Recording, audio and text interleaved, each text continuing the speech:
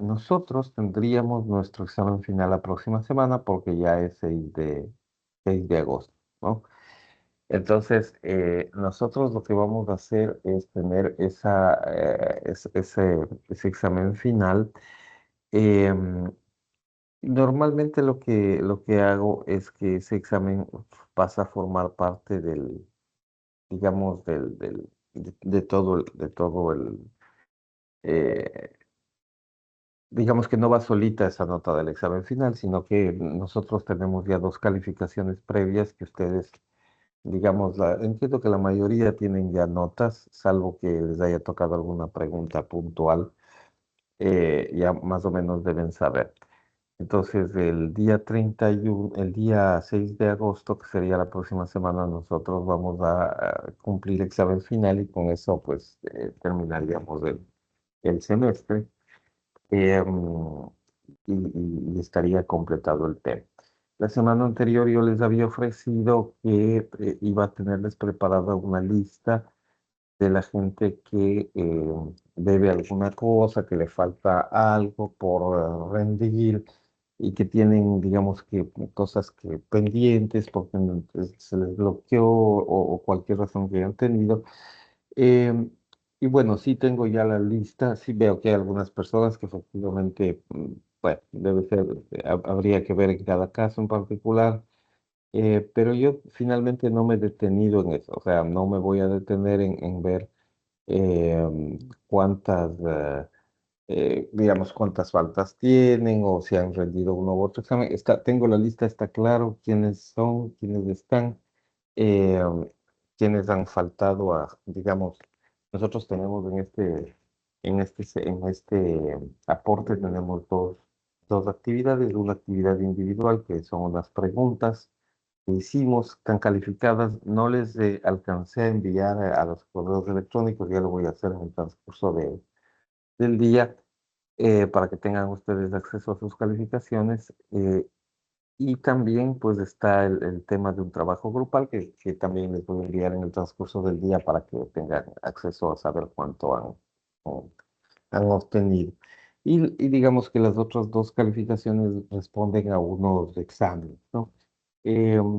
Bueno, dentro de todo eso sí hay gente que ha faltado a lo uno a lo otro, les falta algún examen por ahí, alguna cuestión extra. Entonces, sí hay, como digo, una lista. Pero lo que yo que es, como ustedes saben, no me gusta individualizar el tema. Así que lo que les he hecho es, les he cargado un examen de recuperación, pero este examen está abierto para todos, ya para todos los estudiantes.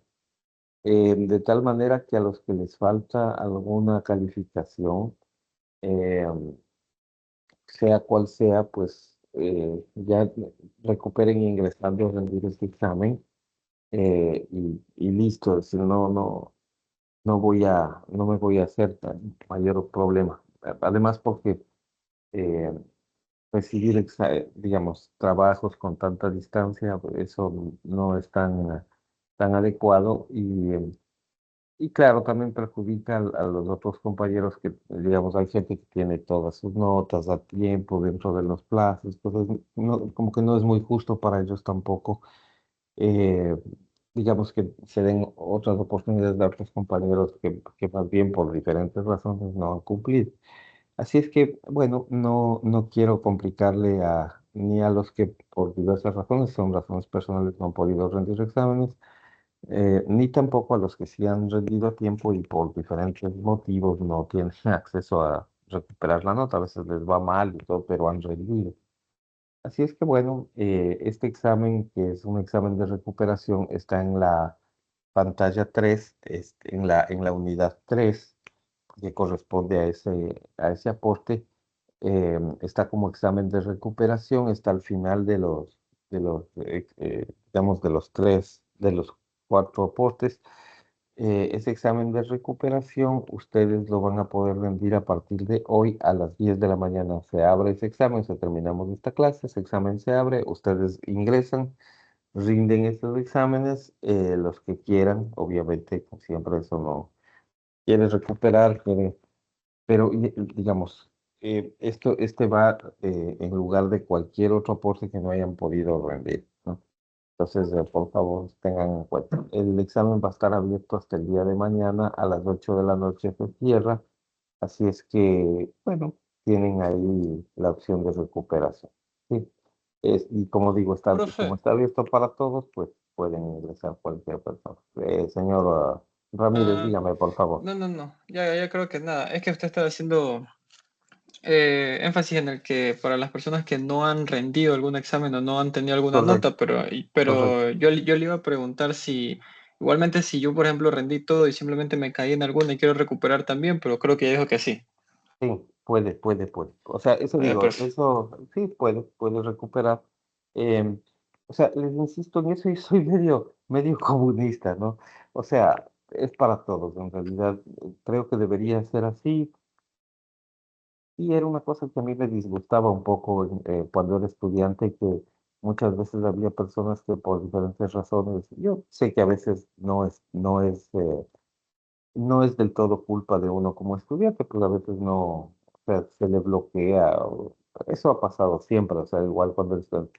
Lo que pasa es que a mí un poco sí me molestaba el hecho de que uno a veces sí cumplía y por diferentes razones a veces le va mal. O sea, a veces usted amanece y le duele el estómago, digamos, porque está enfermo o lo que sea, y no logra rendir un buen examen.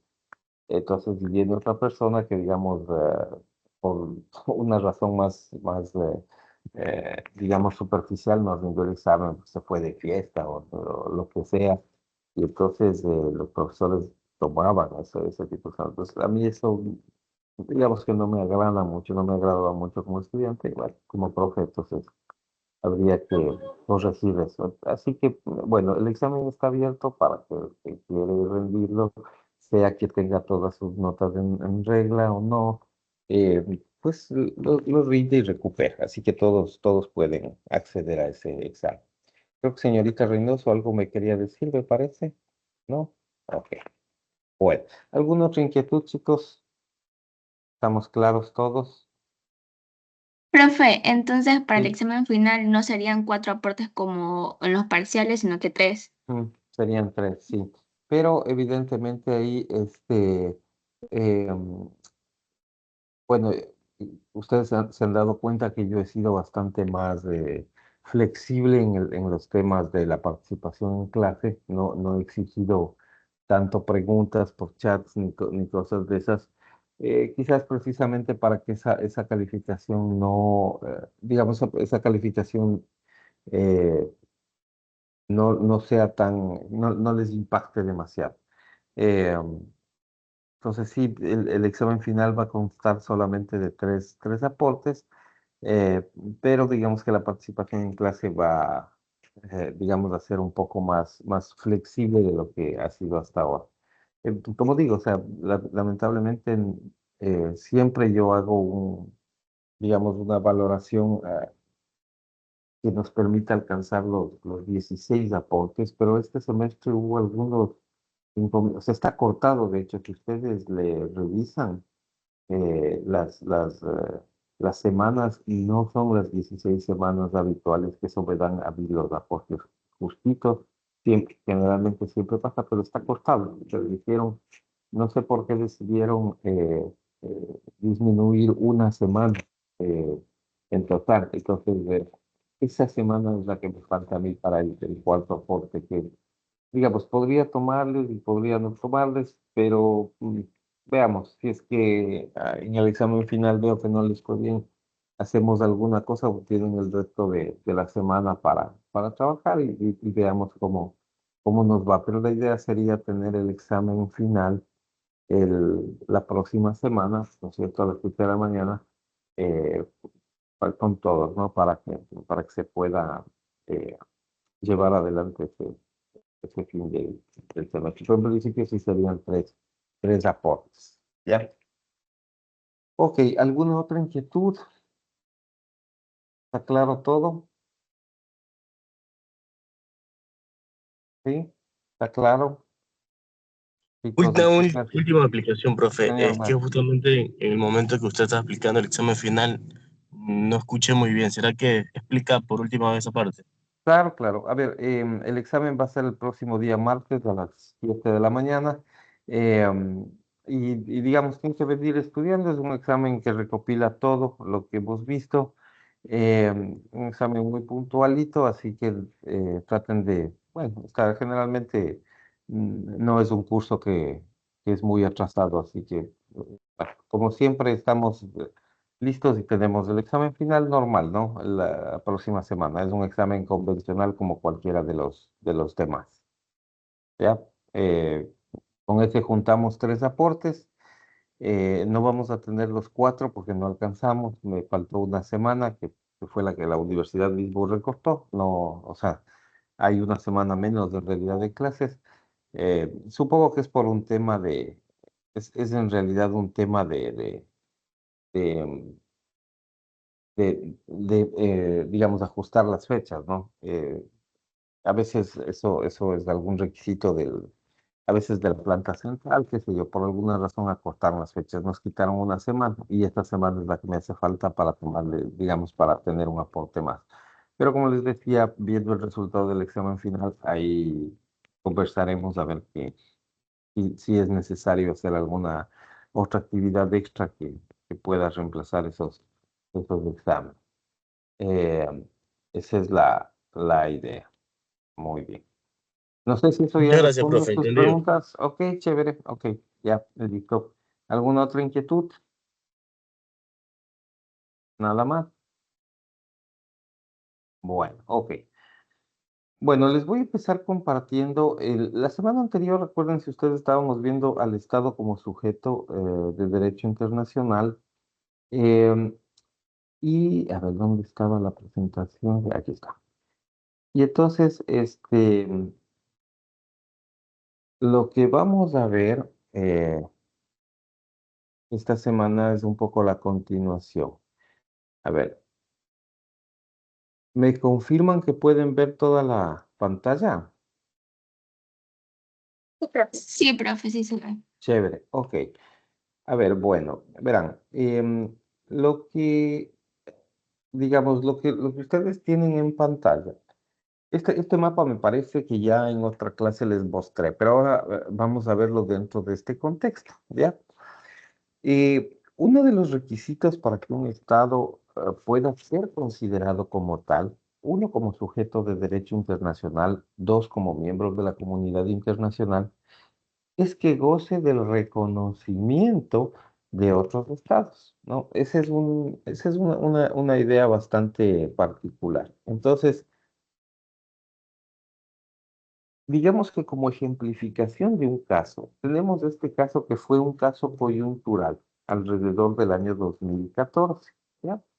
El mapa que ustedes ven o el mapa que ustedes tienen en pantalla, ¿no es cierto? Es el mapa de Ucrania, ¿no? Es el mapa de Ucrania que por diferentes razones en este momento o sea, sigue siendo noticia mundial hace algunos años por la tan conocida guerra con Rusia que ustedes perfectamente conocen. Entonces, em, fíjense que esta es la cuestión más significativa, ¿no? Ustedes tienen aquí, digamos, toda esta línea que ustedes ven, esta línea roja del lado, digamos, este sería del lado este, ¿no? Del lado oriental, ¿no? Esta línea roja es el límite que tiene Ucrania con Rusia, ¿ya? Y ay, perdón. Y digamos que hacia el sur nosotros tenemos, ¿no es cierto? Aquí, digamos, una zona en donde existe mar territorial compartido con Rusia hacia el lado oriental, ¿no es cierto? Y con Rumanía hacia el lado occidental en lo que se conoce como el Mar Negro, ¿ya? Em, en el caso de Crimea, que ustedes le ven aquí, es un islote, ¿no es cierto? Es un islote bastante grande, en realidad es un espacio de terreno muy grande, es una de las, digamos que era una de las provincias ucranianas. Em, el 11 de marzo del 2014, esta provincia de Ucrania decide independizarse, ¿no es cierto?, de Ucrania, esta provincia llamada Crimea, ¿no? Crimea, decide independizarse de Rusia, ¿no es cierto?, el 11 de marzo del 2014 y se constituye como un estado independiente, ¿ya? Em, ¿Cuál es la característica peculiar de este caso? Es que el Estado ruso, o la Federación Rusa en este momento, es el único país que decide reconocerle como un Estado miembro, ¿no? Digamos que entre otras razones por una razón política, porque siempre ellos han tenido un conflicto con Ucrania, ¿no? Eh, digamos, un conflicto que viene de antes porque Ucrania era parte de lo que se denominaba como la Unión de Repúblicas Socialistas Soviéticas o la Unión Soviética, ¿no es cierto? Que es la que, digamos, es la otra cara visible de la famosa Guerra Fría que se mantiene durante muchos años a partir del fin de la Segunda Guerra Mundial y que enfrenta estas dos potencias, ¿no? La Unión Soviética y los Estados Unidos. Entonces, claro, ellos tienen un antecedente que es este, ¿no? Que Ucrania era parte de una unión más grande de la Unión Soviética y que después, digamos, con la caída del muro de Berlín en el año 90, se deshace, ¿no? Y queda todo mundo por su lado. Entonces, claro, Ucrania tiene ese problema, ¿no? Siempre va a tener ese conflicto. Y es el caso en digamos, en esta ejemplificación, es lo que le pasó a Crimea, ¿no? Ahora, claro, el reconocimiento de un país como Rusia, no solo por su potencial, sino también porque es un miembro permanente, es uno de los miembros permanentes de las Naciones Unidas, le da un matiz bastante peculiar, ¿no? A este proceso, ¿ya? Eh, Ahora, la pregunta del millón es, ¿era necesario el reconocimiento ruso para que la República de Crimea fuera un estado independiente? ¿No es cierto? ¿O bastó realmente el reconocimiento de un solo estado para considerar a Crimea, aunque fuera efímeramente como un estado soberano? Esa es la gran pregunta. Y la respuesta más allá del derecho, la respuesta que nos ha dado la historia y la política internacional es que no es suficiente, ¿no? Por más poderoso que sea, pues no fue suficiente, ¿ya? Por más poderoso que haya sido Rusia, no fue suficiente para reconocerle a Crimea como un estado soberano. Algo del conflicto entre Rusia y Ucrania de estos últimos años ha sucedido más o menos en los mismos términos. No exactamente lo mismo, pero los términos han sido parecidos. Solo que se han referido a estas otras dos provincias, a Lugansk y a Donetsk, que, digamos, están en el lado oriental de Ucrania, el lado occidental de Rusia, y que con los que pasó casi exactamente lo mismo. Es decir, decidieron declararse, ¿no es cierto?, estados independientes ya en el año 2022, y eso desató, digamos, una respuesta diplomática de los rusos reconociéndoles como estados independientes. Y luego iniciando un proceso de conflicto, ¿no? Un conflicto serio. Entonces, digamos que esto es algo que sucede, ¿no? Em, y ya vamos a ver este tipo de situaciones, cómo se van a llamar en el derecho internacional. Pero por el momento vamos a ver ese caso. Ahora, otro caso de interés podría ser el de los llamados estados bantustanes, ¿ya?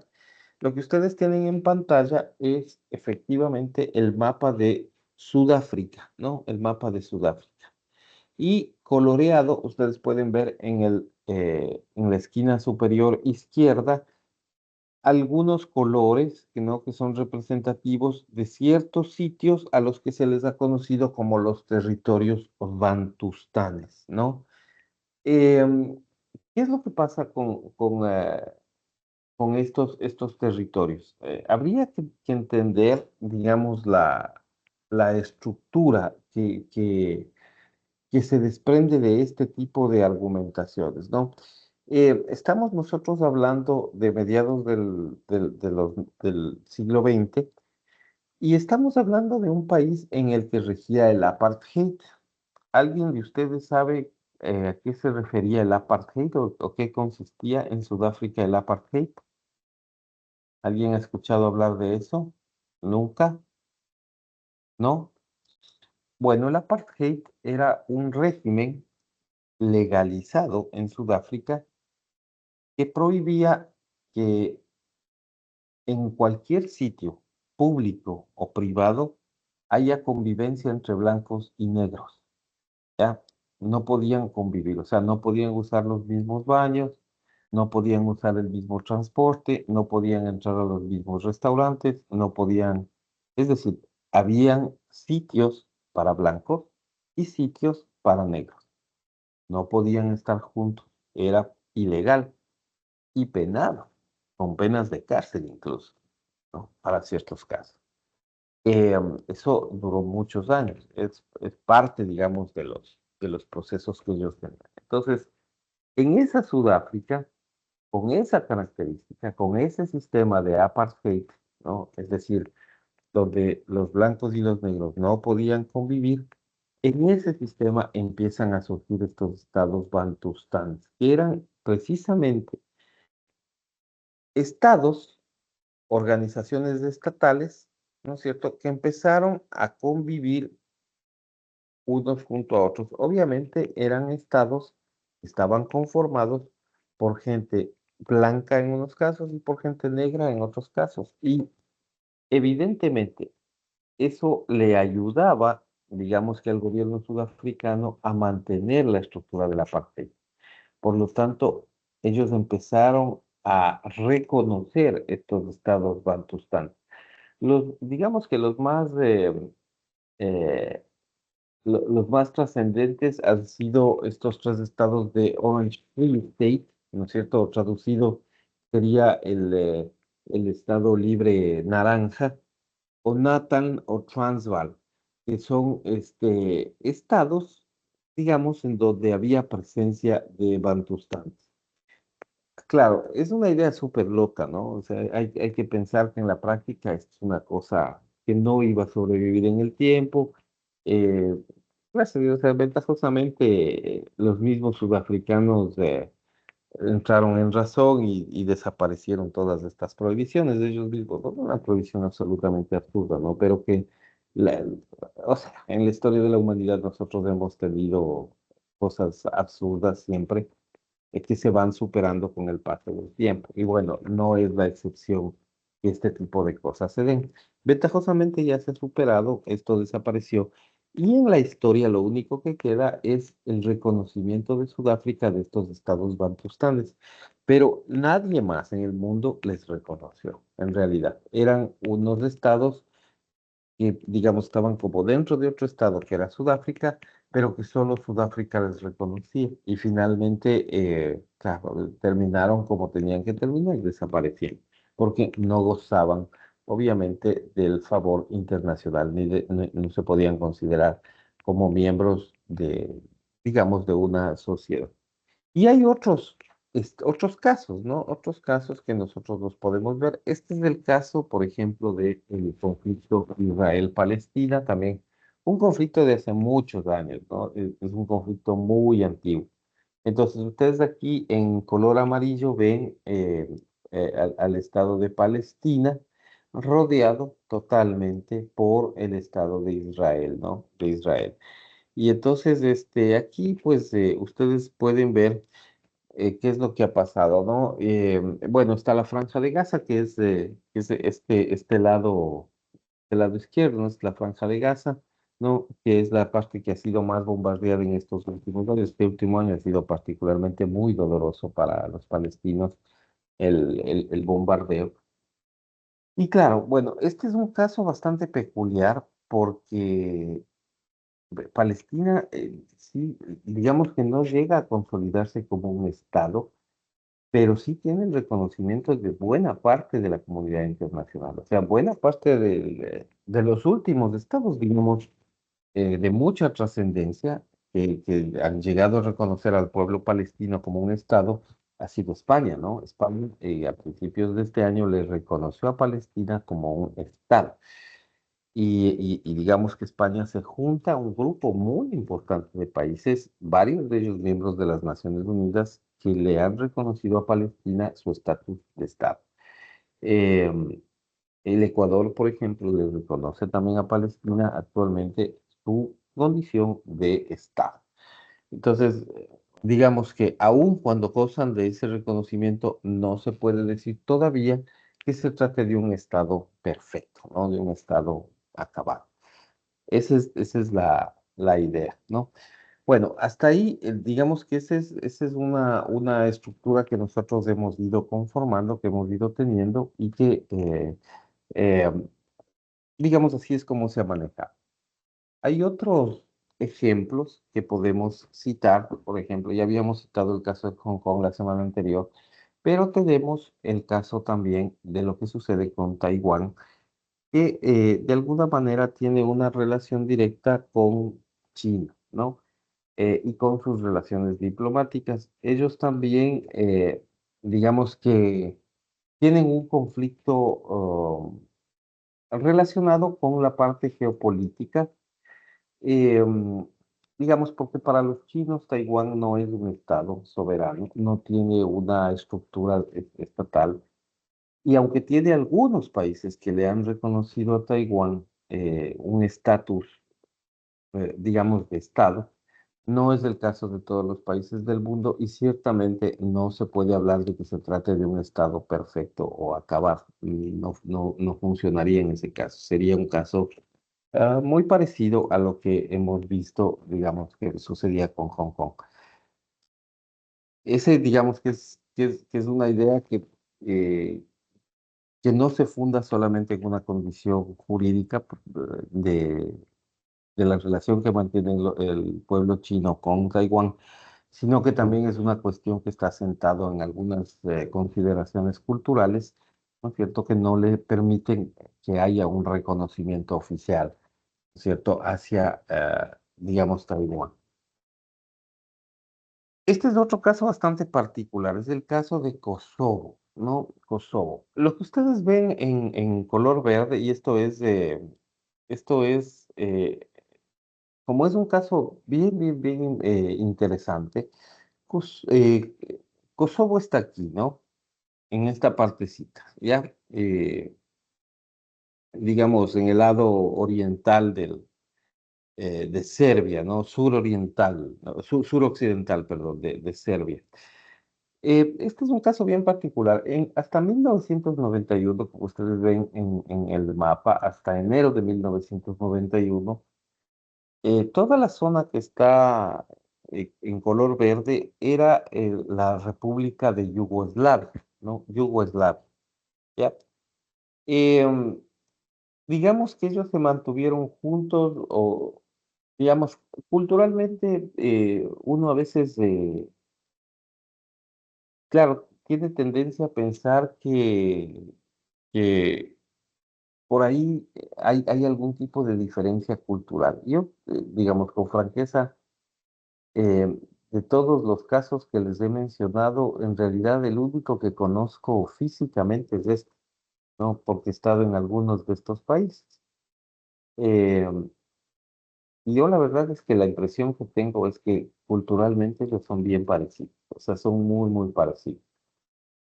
Croacia, Serbia, Eslovenia, son países, incluso tengo algunos amigos, incluso tengo amigos en Kosovo. eh, Culturalmente son muy parecidos. Yo en realidad no termino de entender bien por qué ha habido esta diferencia y por qué ha habido esta separación. Pero después de 1991 se produce, digamos que una primera, digamos, una primera separación del Estado yugoslavo em, en dos países, ¿no?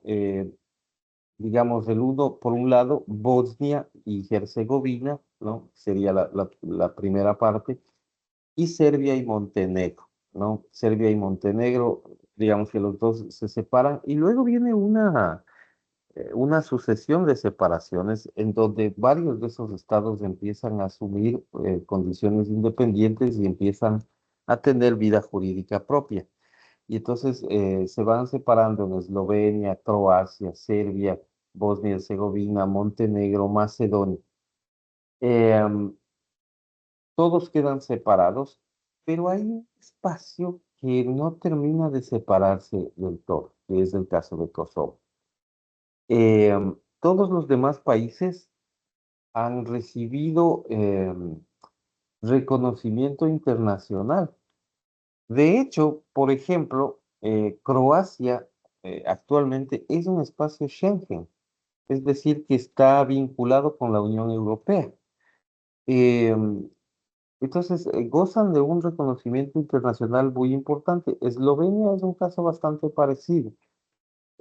No así Serbia, que no ha logrado, digamos que no ha logrado mantener no ha logrado mantener ¿saben qué? Deben un segundito nada más, un segundito.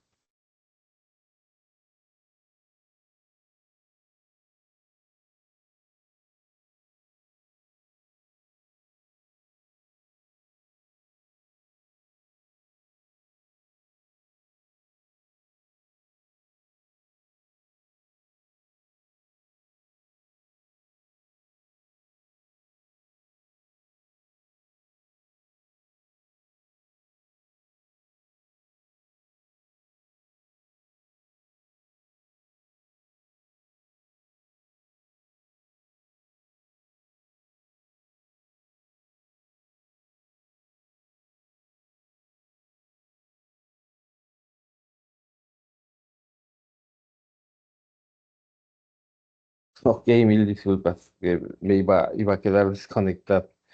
Em, bueno, bueno, la idea es que finalmente un poco lo que eh, quería comentarles es que finalmente Kosovo no ha logrado por diferentes razones, principalmente por la influencia de Serbia, ellos no han logrado acceder a un tipo de independencia diferente, ¿no?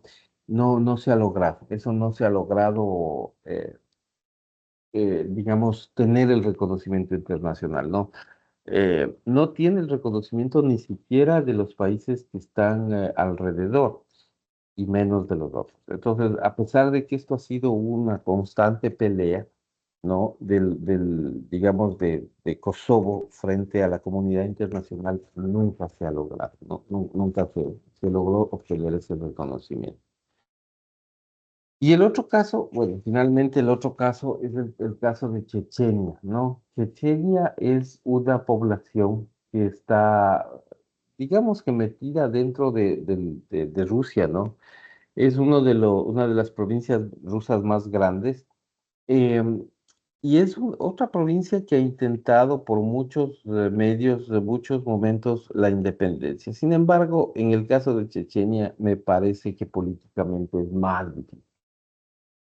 ¿Por qué es más difícil en el caso de Chechenia? Porque ellos están o tienen un conflicto directo asociado con el pueblo ruso. Y los rusos siempre van digamos, a ejercer cierta hegemonía que no permite que haya una división adecuada, ¿no? Una separación que pueda ser adecuada. Eh, ese es ese puede llegar a ser un problema mayor en cualquier caso. Sin embargo, ellos tampoco han logrado conseguir digamos que una independencia y entonces eso de alguna manera repercute en su vida político-jurídica, ¿no? Eso, digamos que no es tan simple de corregir en el tiempo, ¿no? En términos políticos es muy complicado. Me parece que ellos difícilmente hubiesen conseguido su independencia y hoy en día me parece que es mucho más difícil eso de todas maneras ocurre. En todo caso, bueno, ese es otro de los ejemplos de los estados que tenemos. Ahora, todos estos estados que nosotros hemos visto, que son estados que carecen de reconocimiento, se les ha denominado en la literatura de derecho internacional público como estados imperfectos, ¿ya? Estados imperfectos. ¿Por qué estados imperfectos? No, porque en realidad no logran tener el reconocimiento de los demás países. Fíjate que es bien particular. Ustedes vieron en, en la materia de teoría general del Estado, ustedes vieron cuáles son los elementos que constituyen el Estado. Ustedes vieron que si tú en un Estado cuentas con población, cuentas con territorio, cuentas con soberanía, ¿no es cierto? Digamos que en esencia esos son los elementos que conforman al Estado. Una cosa que es bien particular es que, sobre todo, por ejemplo, en el caso de Palestina, ¿no? O por ejemplo, en el caso de, bueno, del mismo Taiwán, les diría yo, ¿no? En el caso de Kosovo, probablemente, pero sí, con toda seguridad, incluso en el caso de la misma Crimea, pero quizás con mucha más, digamos, con mucha más relevancia y mucha más claridad en el caso de Palestina. Eh, Uno de los elementos básicos ha sido el que existe un territorio, existe una población y existe un nivel soberano. Hay soberanía, pero no se logra su reconocimiento. Entonces, eso nos permite pensar que a pesar de que se trata de estados que están conformados con todos los elementos básicos que permiten mantener esta condición, pues resulta que no lo logramos, digamos, no se logra hacer de esta manera, ¿no? No se logra tener un estado perfecto. Y digamos que por esta razón es que se ha llegado a hablar de estos estados de una forma imperfecta, ¿no? Em,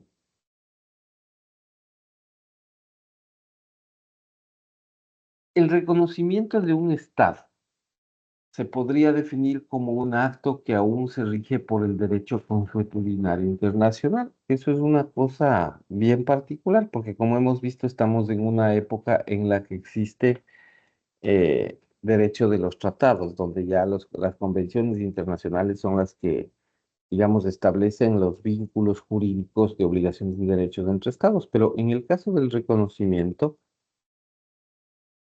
de estados,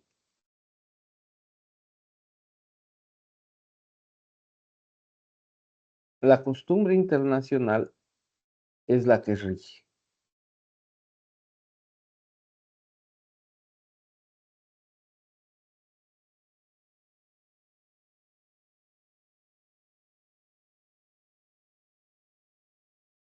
Yo diría, digamos, es la que regula en realidad ese procedimiento de reconocer al otro Estado.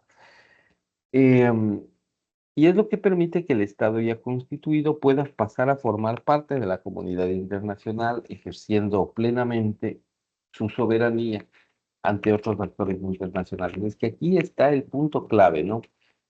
Tú como Estado puedes tener la población, puedes tener el territorio, puedes tener la soberanía, pero la soberanía, digamos que en materia internacional solo puede ejercerse si la ves como igual, de igual a igual.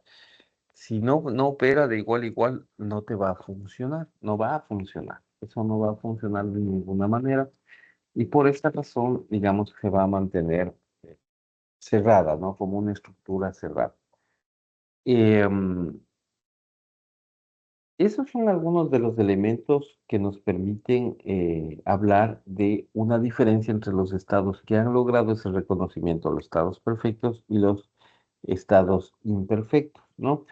Em, Ahora, dentro de las teorías declarativas, que es lo que habíamos visto, el reconocimiento internacional es lo que permite que el estado ya constituido digamos, se integre a la comunidad internacional y ejerza plenamente esa soberanía, ¿no? Produciendo efectos en el ámbito internacional. Esta es la teoría declarativa. Señor Ramírez, dígame. Profe, y ahorita que mencionó también los estados perfectos, Ujú. sí, o sea, sí es posible transformar un estado perfecto en un estado perfecto. ¿Un estado imperfecto en perfecto o al revés? No, como usted dijo, imperfecto a perfecto. Eh, si es que logra recibir el reconocimiento, sí. O sea, de alguna manera todos los estados hemos sido en algún momento estados imperfectos hasta no lograr el reconocimiento. Fíjese usted, el caso ecuatoriano es muy importante y muy identificativo de lo que es la costumbre internacional, ¿no? Ustedes saben que, digamos, en 1822 se produce, digamos que la última batalla entre los, digamos, se puede decir los republicanos de América, ¿no? Liderados por Simón Bolívar y Antonio José de Sucre. Eh, la batalla de Pichincha se produce en ese año, en 1822, el 24 de mayo, y es la batalla final, ¿no? Es la batalla cumbre. Es la batalla que finalmente pone en libertad a lo que después se va a llamar el Distrito del Sur, ¿no? Eh, um, que es el Ecuador. En esa batalla, digamos, al ganar esa batalla, las tropas, digamos, patriotas, por darles la definición que históricamente se les ha dado, eh, ellos logran la libertad de un espacio de territorio que correspondía a lo que se llamó en su momento la Real Audiencia de Quito, ¿no? Y que pasa a llamarse el Distrito del Sur y que pasa a formar parte de otro país, que es la Gran Colombia.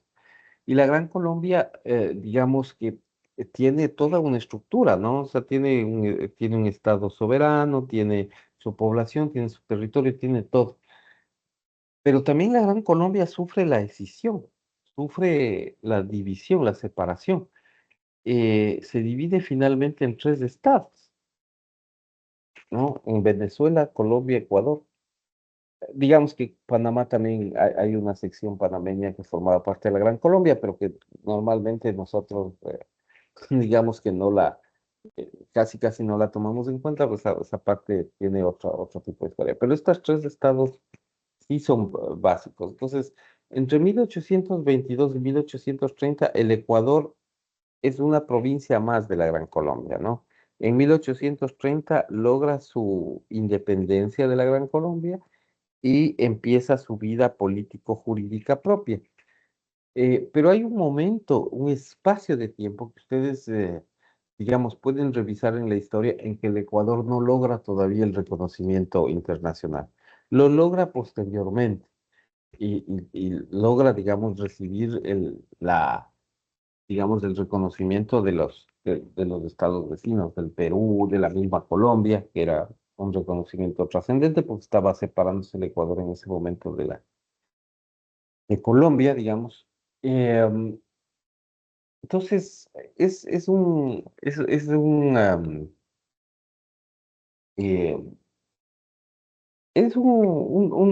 una historia que más o menos refleja lo que pasa a nivel mundial, ¿no? Y todos los demás han vivido eso. En Europa es, por ejemplo, fascinante y también muy identificativo el caso, por ejemplo, del Imperio Austrohúngaro, ¿no? Son Austria y Hungría, son dos países hoy en día separados, pero que en su momento fueron un imperio juntos, ¿no? eh, que digamos se manejaban o se mantenían unidos políticamente, geográficamente y legalmente también, pero que en un momento determinado deciden separarse y deciden además los dos tener su propia independencia e ir, digamos que paso a paso, manteniendo una estructura, eh, digamos, jurídico-política diferente. Por eso diría yo que en realidad todos los países surgen como estados imperfectos y que con el paso de los años empiezan a ir, digamos que, ganando ese reconocimiento, ¿no? Cada vez se va reconociendo más países, cada vez se sesionan más además. Es como raro el tema de que haya habido ciertos reconocimientos. Han habido reconocimientos problemáticos, ¿no? Por ejemplo, el caso de Uruguay en nuestra América es un caso como emblemático, ¿no? Porque digamos que Uruguay siempre ha sido reclamado como una provincia argentina y ellos tuvieron, digamos, sus dificultades también para separarse, ¿no? Para cindirse de la Argentina. Pero finalmente lo lograron y finalmente han, digamos, alcanzado esa independencia, ¿no? O sea, varios años. Entonces, digamos que todo el mundo ha empezado como por ese camino. eso es algo que va a pasar, ¿no? Y finalmente para nosotros es bien trascendente porque a nosotros nos pasó lo mismo en nuestro tiempo y nos vimos también separados por ciertas razones políticas o administrativas principalmente de lo que era la Colombia de esa época, ¿no? Señor Sánchez, por favor. Profe, una pregunta. En Claro. el caso de ahorita de Venezuela, por todo lo que está pasando y esto que Maduro ha ganado nuevamente las elecciones, se puede considerar de que ahorita Venezuela se está convirtiendo en un estado imperfecto, porque tengo entendido que hay países que no lo reconocen mundialmente, no reconocen a Maduro como presidente, y aparte también hay muchos bloqueos comerciales de parte de algunos países como Estados Unidos hacia Ya, Venezuela. ya. Bueno, ahí hay que diferenciar dos cosas, ¿no? La una es el reconocimiento del Estado y la otra es el reconocimiento del gobierno.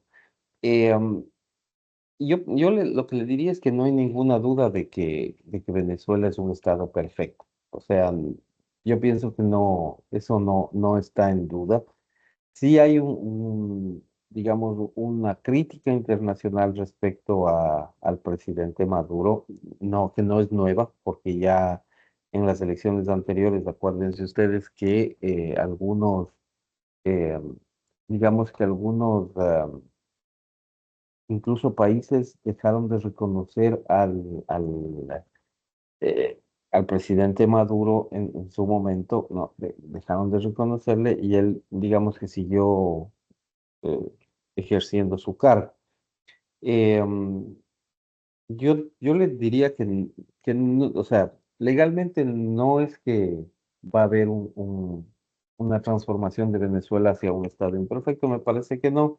Sí va a haber un tema de falta de reconocimiento al presidente Maduro eh, y obviamente, claro, hay la parte política del,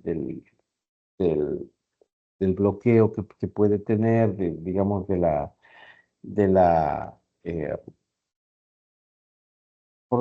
digamos, del acceso a los fondos que puede tener Venezuela en otros países, pero, o sea, yo finalmente soy bastante escéptico, ¿no? De estas condiciones políticas, ¿no? Porque digamos que en esta última parte, eh, el bloqueo que tenía Estados Unidos sobre Venezuela hace 2 años cesó, o sea, le devolvieron parte del dinero. Ciertamente no todo, pero sí le devolvieron una buena parte del dinero porque también descansa el tema sobre cuestiones políticas, ¿no? Digamos, una de las razones principales por las que Estados Unidos decidió devolverle dinero y decidió abrirle los mercados internacionales a Venezuela fue porque efectivamente estalló la guerra en Ucrania, ¿no? Y eso, digamos, eso es, o sea, sí termina siendo riesgoso también políticamente para Estados Unidos, porque si ustedes se ponen a pensar detenidamente, el juego de la política internacional. A mí siempre me causó gracia eso, ¿no? Porque, digamos, a Venezuela le sancionaron, no pudo utilizar sus recursos, sus fondos, pero a la vuelta del camino deciden los mismos Estados Unidos levantarle esa sanción para que pueda, digamos, haber una negociación de su petróleo. ¿Por qué? Porque básicamente, si tú no tienes para quién vender el petróleo, o sea, si tú tienes, digamos, eh, no tienes a dónde vender tu producto y de pronto te aparece un comprador que puede ser interesante, como el caso de Rusia, ¿no? Que puede darle un mejor destino a tu producto, eh, tú te vas a volver un ente estratégico en esa zona. Entonces, digamos que un poco lo que le pasó a Estados Unidos es que ellos vieron con mucho recelo el que, digamos, Venezuela pueda ser un proveedor de petróleo hacia Rusia. Porque ustedes ven que Rusia, digamos, no es que Rusia le falten los recursos, ¿no? Que pueda tener falta de, digamos, pueda tener algún tipo de falta de recursos económicos. El problema que se da ahí es que en realidad los rusos han sido durante mucho tiempo los, digamos que los proveedores de energía fósil y no fósil de Europa. Entonces, claro, al haber las sanciones que hubo contra Rusia por la guerra, y al tenerle bloqueada a Venezuela de la venta de petróleo, los europeos se quedaron como sin energía. De hecho, la pasaron bastante mal, al menos el 2022 y el 2023 fueron años muy duros para Europa porque se quedaron sin energía. Eh, y claro, con las sanciones a Rusia ya no había quien venda. Entonces ahí Estados Unidos, digamos que eh, no es que los Estados Unidos tampoco pueden abastecer entero a Europa, ¿no? Así que necesitaban un poco la energía de Venezuela y necesitaban que Venezuela, digamos, no se alíe del todo con Rusia y que pueda entregar energía eléctrica a Europa, energía fósil, digamos, a través del petróleo. Entonces, claro, finalmente decidieron quitarle la sanción económica y que pueda seguir vendiendo. Y eso, digamos que em, eso repercutió directamente en la economía venezolana porque, o sea, si ustedes ven las cifras del año pasado del Banco Mundial, pues resulta que Venezuela fue el país que más creció. Eh, yo creo que principalmente por esta razón, porque vendieron petróleo a un precio muy alto y ya no tenían ese embargo comercial que no les permitía recibir el dinero. Entonces, siempre es un tema bien complejo este, ¿no? Es un tema bien complicado porque están metidas no solo cuestiones jurídicas, sino cuestiones también geopolíticas que no, digamos que no favorecen un desarrollo muy, eh, digamos, muy claro de la política económica, ¿no? Yo la verdad es que, o sea, si ustedes me preguntan y aprovechando, digamos, esta inquietud del señor Sánchez, a mí me parece que la situación de Venezuela va a terminar en el reconocimiento de Maduro. Y el que primerito le va a reconocer va a ser Estados Unidos. O sea, me parece que eso va a terminar pasando. ¿Por qué? Porque en este momento para Estados Unidos o sea, sigue siendo crítico el tema energético en Europa. Y digamos que Europa medio se ha salvado porque Estados Unidos ha podido poner en sus mercados de energía, ¿no? Ya que no cuenta con la energía rusa, o sea, tomen en cuenta que el gran canal de venta de gas natural que se estaba construyendo, toda una tubería gigante que se estaba construyendo entre Rusia y Alemania cesó. O sea, ya se dejaron de construir eso, digamos, por el mismo conflicto con Ucrania. Y yo no sé, digamos que esos ya son cosas que uno difícilmente puede predecir pero digamos que políticamente me parece a mí que después de haber estado guerreando 2 años, a Rusia de alguna manera le conviene mantenerse en estado de guerra, eh, porque eso ha logrado, digamos que hay ciertos intereses que a los rusos les ha convenido, ¿no? Les ha interesado vincularse con otros países, tener otro tipo de mercados, abrir mercados con China, abrieron mercados con la India, lograron abrir mercado con Brasil, conformaron este bloque económico llamado BRICS, eh, que, que digamos que manteniendo toda la presión, digamos, mundial sobre la guerra Rusia-Ucrania, digamos que por el otro lado, mientras todo mundo estamos viendo hacia la guerra, ellos por el otro lado están, digamos, pactando otros negocios y están pactando otro tipo de manejo económico por otro lado. Y entonces, hasta cierto punto, a ratos la verdad es que sí me he puesto a pensar si en realidad a ellos no les conviene esto de la guerra, o sea, mantener esta guerra por mucho tiempo, porque están haciendo negocios de estas mismas cosas en otros lugares y claro, el mundo está preocupado de la guerra y ellos están negociando en otros lados. No sé. Es bien complicado el tema geopolítico, pero a la final me parece que como depende de los intereses de cada nación, eso es lo que va a terminar primando. Ojalá ya, o sea, sería bueno que cese la guerra, ¿no? De hecho, Trump ha dicho enfáticamente que de llegar al poder en Estados Unidos, digamos, él a veces es un poco exaltado, pero bueno, él ha dicho palabras más, palabras menos, que él terminaría la guerra en 24 horas, es lo que él ha dicho. Y me parece que él tiene mucha razón en eso, de que es Estados Unidos el que podría poner fin a esa guerra parando el financiamiento a Ucrania. Es decir, dejándole a Ucrania sin financiamiento, ya no podría defenderse y la guerra se terminaría porque vendría la rendición inmediata. Y me parece que por ahí podría haber algún tipo de cambio. Pero si se mantiene esta estructura tal como está ahora, mm, yo la verdad es que no sé dónde terminaría este tema. Y en el caso venezolano, bueno, eso cambiaría radicalmente la postura venezolana, pero entre tanto me parece que mientras ellos sean útiles como país, digamos, por el petróleo que tienen, eh, digamos que Estados Unidos mismo va a decidir si Maduro se queda de presidente o si no se queda. Lamentablemente nosotros, esa es la parte crítica, ¿no? De nuestros países, nosotros, eh, por un tema que yo todavía no termino de entender bien, nosotros como sudamericanos, capaz que nos convendría hacer una unión sudamericana, estar juntos, digamos, entre países. O sea, dejar de ser varios países y pasar a ser provincias de un país más grande.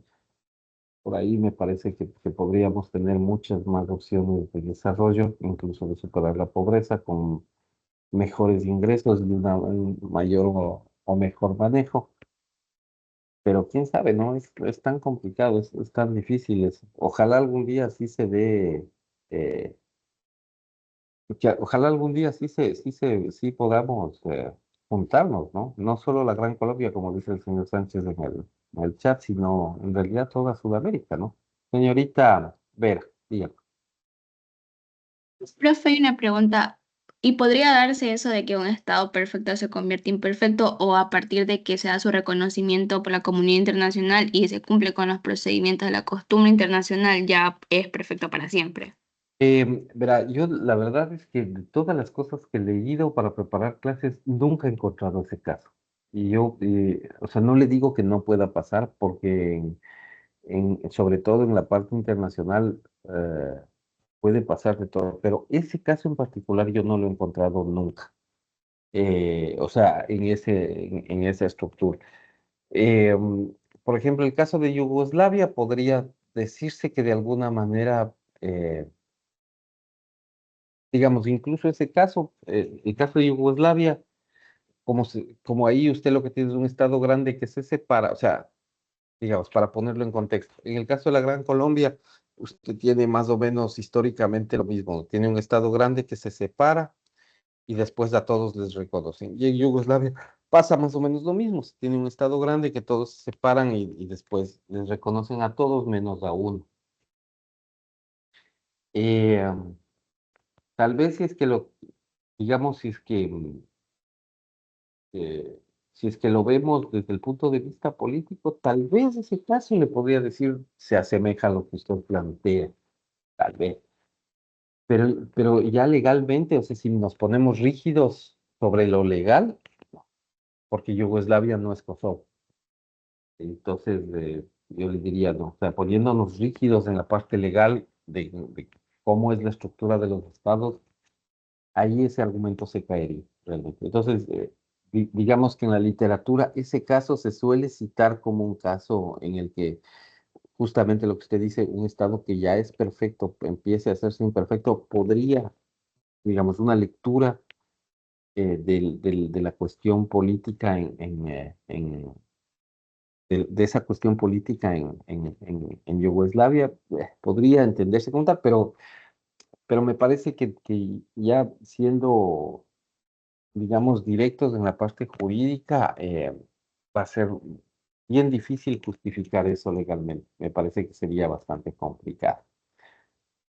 Eso es lo que le podría decir. No sé si hay alguna otra inquietud, si está contestada su pregunta, señorita Vera, señor Sánchez, señor Ramírez, todos los que han hecho preguntas. Sí, profe, gracias. Sí. Sí, Eh, un tema Sí, interesante, profe. Ok, chévere, o relevante para la conversación. Sí. chévere, chévere, chévere. Bueno, entonces esa es la idea. A ver, un segundito que necesito hacer después, no me acuerdo quiénes fueron los que participaron. A ver, dame un segundo.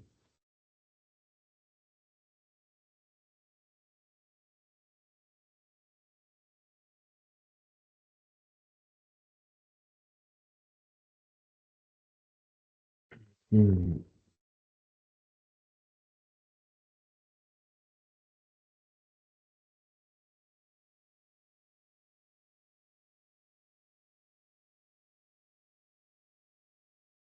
ok, listo. Bueno, siguiendo con el argumento, esta tendencia, ¿no es cierto?, ha seguido de forma marcada en el proceso de formación y reconocimiento de los estados de América, ¿no? Que es una cosa que decíamos. Por ejemplo, en la Convención sobre Derechos y Deberes de los Estados, que fue adoptada en Montevideo el 26 de diciembre de 1933 y que curiosamente aún está vigente, eh,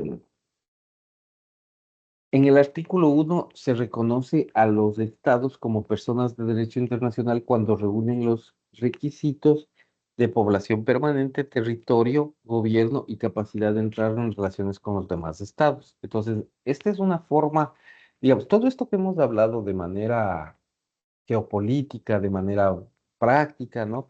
Eh, digamos que entra, vemos si le puedo copiar el nombre de la convención, ¿no es cierto? Es una convención, digamos, que aplica para nuestros países, ¿no? Para los países latinoamericanos, ¿no? Eh, digamos que es la que trae, ¿qué me salió aquí? Allá. A ver, ¿saben qué? Una cosita que les iba a decir, hagamos una cosa hoy, mm, quisiera ver, tengamos clases de seguido y nos vamos antes, más bien, en lugar de hacer siempre el break que tenemos. eh, Terminemos esto un poquito más, porque tengo una reunión en la que tengo que vincularme igual por Zoom y voy a tener un poco digamos, quisiera tener un poquito de tiempo para obtener toda la documentación que necesito para esta reunión, pero el- les diría que dejemos, digamos, en vez de tener el cafecito, tengamos digamos, nos vamos antes, ¿no? Nos vamos un poquito antes, para que ahí se van y se tomen un doble cafecito, ¿no? Esa es la idea, por favor. Porque sí necesito hacerla, ¿no? Ok, bueno.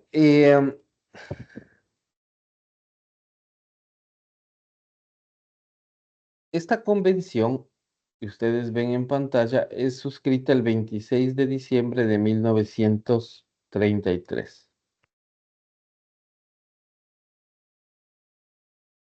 Ahora, esta convención establece 4 requisitos para ser considerado un Estado de Derecho Internacional, ¿ya? O una persona jurídica de derecho internacional. Ya, este es bien importante porque es quizás el único documento jurídico de validez legal, de validez jurídico internacional que establece cuáles son los requisitos para que un Estado o digamos, una entidad en general sea reconocida como un ente de derecho internacional. Entonces, ¿cuáles son esos elementos? Nos habla de población permanente, ¿ya? Nos habla de territorio determinado, nos habla de gobierno y nos habla de capacidad para entrar en relaciones jurídicas con otros estados.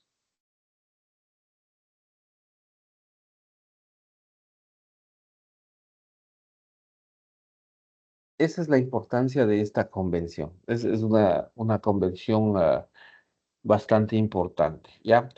Eh, um, Aquí nosotros tenemos cuestiones, bueno, en general no todo es aplicable, pero tiene que ver mucho con las condiciones particulares, por ejemplo, de Brasil, por ejemplo, de México, que son estados federados, ¿no? Estados federativos. Entonces, por ejemplo, ahí se establece la personería jurídica única de los estados federativos. Ustedes saben que cuando tienes estados federativos, como Estados Unidos, como el mismo Canadá, como el mismo México, como Brasil, o incluso como pasa con China o como pasaba con la Unión Soviética, aunque ya no existe la Unión Soviética, estos estados federativos son, digamos que agrupaciones de estados, ¿no? Son diferentes estados. Entonces, normalmente tienen el estado federal, que es el estado grande, y tienen otros estados pequeñitos, ¿no? Dentro de esos estados. Generalmente pasa con los estados que son muy, muy grandes. Entonces, en esos casos, digamos que el objetivo de esta convención es recalcar que este tipo de estados tienen una sola personería jurídica también, igual que los estados convencionales como el caso del Ecuador, ¿no? Y que la existencia política del estado es independiente de su reconocimiento por los demás, ¿no? O sea, ahí, digamos que ahí sí prima lo que sucede con Hong Kong y Taiwán, ¿no? O sea, eh, digamos que es un poco gracioso el hecho de que en el caso de Hong Kong, en el caso de Taiwán, son dos espacios territoriales que pueden no tener el reconocimiento universal de todos los países, pero que en la práctica eh, digamos que toda su estructura eh, funciona perfectamente bien y de hecho pueden tener más injerencia jurídico, político, económica que otros países alrededor del mundo, ¿no? Digamos por su enorme potencial económico principalmente, entonces esa es una característica bien particular, ¿no? ¿Qué más? En esta convención se reconoce la igualdad jurídica, la capacidad de ejercicio entre los estados, porque recuerden ustedes que la soberanía hay, digamos, que se divide en dos, que es la soberanía interna y la soberanía que es externa, que les da igualdad a esos estados con los otros, ¿no? Em, de acuerdo con el artículo 6 de la Convención, el reconocimiento de un Estado meramente significa que el que lo reconoce acepta la personalidad del otro, ¿ya? Con todos los derechos y deberes determinados por el derecho internacional y el reconocimiento es incondicional e irrevocable. Que esa es la otra cuestión que a veces nosotros no terminamos de entender, ¿no? Que es mucho de lo que ha pasado con el caso cubano, ¿no? El caso cubano es un caso bien particular en este aspecto porque digamos que ciertos estados y ya le han otorgado por cuestión internacional un reconocimiento. Cuba es un país digamos, de un reconocimiento muy, muy antiguo. Eh, digamos que un montón de países lo han reconocido y en derecho internacional, digamos, ese reconocimiento es irrevocable. O sea, ya le reconociste, ya, se acabó. O sea, no, ya no puedes decir, no, no, ya te dejo de reconocer. Sin embargo, el Ecuador sí ha hecho eso, ¿no? Y digamos que Lenín Moreno, que quizás es uno de los presidentes que ha tenido la peor política internacional no sé, claro, yo no me acuerdo en la historia un presidente que haya manejado más mal la política internacional del Ecuador eh, haya hecho eso, ¿no? Pero ellos, digamos, su ministro eh, digamos, su representante plenipotenciario en las Naciones Unidas, este,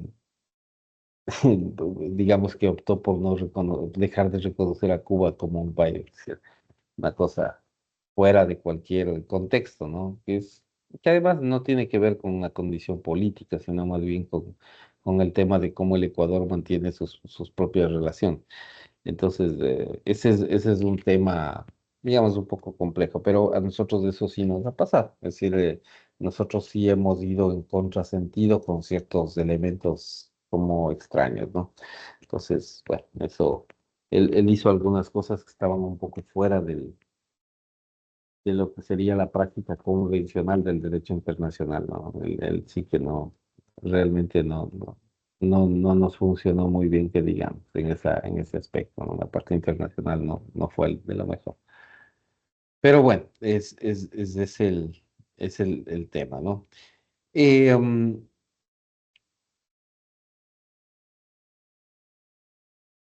digamos que con esto nosotros ya podríamos entender, como incluyendo la base legal, a los estados como, digamos que el producto de los estados, como el sujeto internacional de la comunidad como por excelencia. El Estado va a ser siempre el sujeto de derecho internacional por excelencia, ¿no? Es el principal Estado. Pero, y digamos que los estados en ciertos espacios son reconocidos como los únicos, además, ¿no? Como les decía en algún momento, la Corte Internacional de Justicia, es decir, la Corte de la Haya, en su estatuto solo admite, por ejemplo, reconocer, denme un segundito, disculpen solo.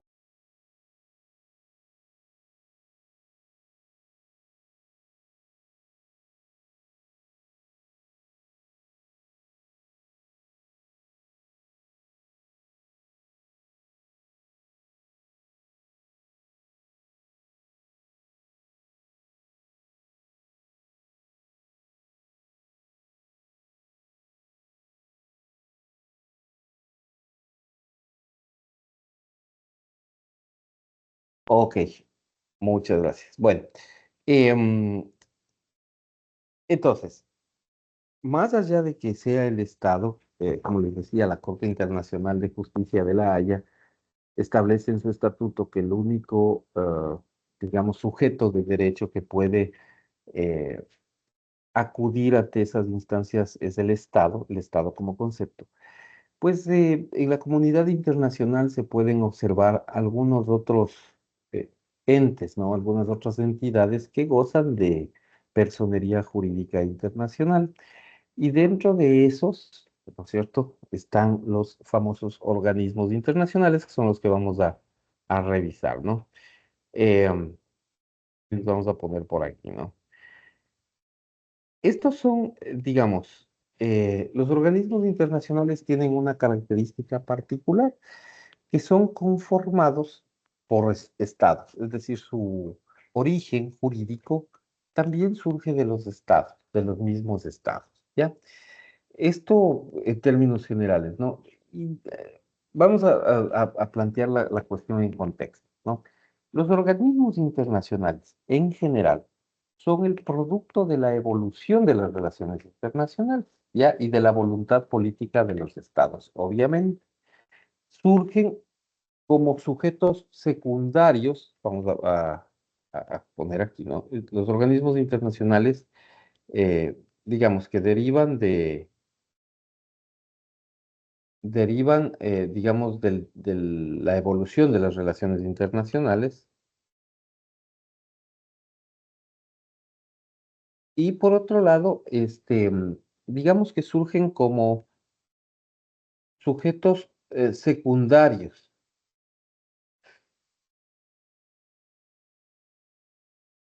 ¿ya? Surgen como sujetos secundarios, obviamente porque los estados son los sujetos primarios. Y un elemento más que es importante es que también se debe decir que surgen de la voluntad de los estados, ¿ya? Surgen de la voluntad de los estados. Esta es la idea básica, ¿no? Es la idea fundamental que nos permite considerar a estos nuevos actores de la comunidad internacional, ¿no? Em, y que, digamos, les ponen como en cierta medida como interrelacionados con los llamados sujetos originarios del derecho internacional que pasan a ser los estados. Em, dentro de esto, bueno, en gran medida los que destacan como organismos internacionales son precisamente estas organizaciones internacionales que ciertos juristas como Sorensen, ¿no es cierto?, ha detallado que se van formando como formas organizativas derivadas de la voluntad política que no nacen o se reconocen por sí mismos, sino que son los estados los propios constituyentes de estas entidades, ¿no? En, digamos que para citar algunos ejemplos, ¿no? Ya desde el Congreso de Viena en 1815 se tendía a crear entes supranacionales. Ojo, ¿no? Supranacionales, es decir, entidades que eran como una especie de clubs entre, que digamos, legalmente no es correcto hablar de esa manera, pero más o menos para que me entiendan, cuando yo me refiero a entidades supranacionales, quiero decir que eran entidades que aglutinaban o agrupaban dos o más estados, pero no supralegales, ¿no? Es decir, no entidades que van a tener un poder sobre los estados, un ejercicio de soberanía diferente al de los estados. Eso no. Supranacionales sí, porque de alguna manera eran entidades que estaban direccionadas hacia una condición política u otra, dependiendo del tipo de entidad de que se trate. Pero ojo, y esto vale la pena recalcarle, no supralegales desde ningún punto de vista, no, no entidades que puedan exigir cosas, ¿no? Entonces, eran entidades que buscaban más bien armonizar las relaciones internacionales, ¿no? Y a juicio de los autores, digamos, de los tratadistas en esta materia, es difícil encontrar antecedentes históricos de los organismos internacionales antes del siglo XIX, ¿no? Aunque sí hay ejemplos de ligas o confederaciones como la Liga de Delos o la Liga del Peloponeso. Yo les voy a, esto es bonito verlo también, pero digamos en gráfico, así como vimos el tema de los estados imperfectos, estas organizaciones internacionales es simpático digamos, de analizarlas, de verlas, pero digamos con un mapa, ¿no? Eso es de un segundito que les encuentro el mapa y les muestro.